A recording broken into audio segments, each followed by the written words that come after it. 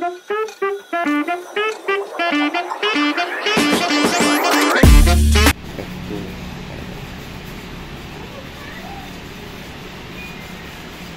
siya guys.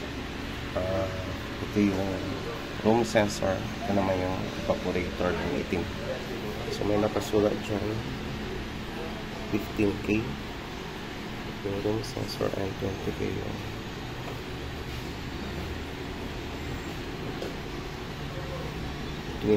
yung evaporator sensor. So check natin. Mababa yung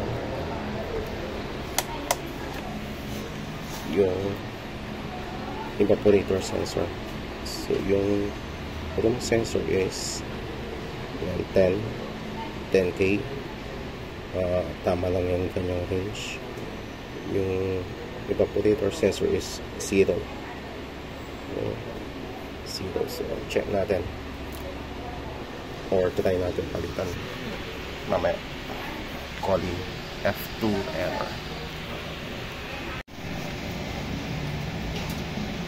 Okay, so meron yung sensor, balikan natin.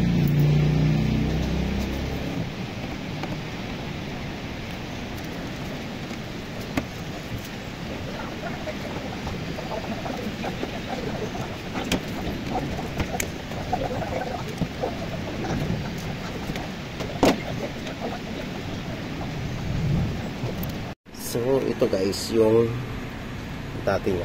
Okay, zero on tayo. Yan.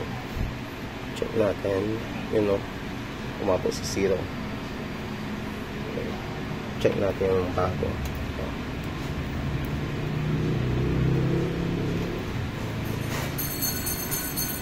Yun siya.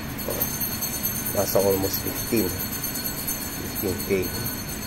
So try natin kung saan pa. Okay, so napalitan na natin. Try natin i-on kung mag-F2. Ito ay nag-F2 kaagad siya. Pagka-on pa lang F2 na kaagad yung lumalabas. Try natin kung mag-F2 pa rin. Huwag muna natin close.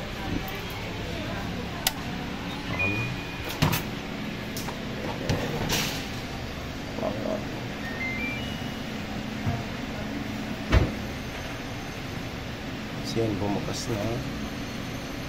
And ayos, wala na yung F2. Goods na.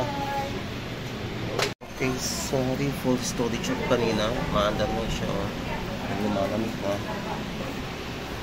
And hindi na rin siya nag-F2 yan. 29 degrees Celsius na. Okay, so goods na guys. Tingnan natin isa.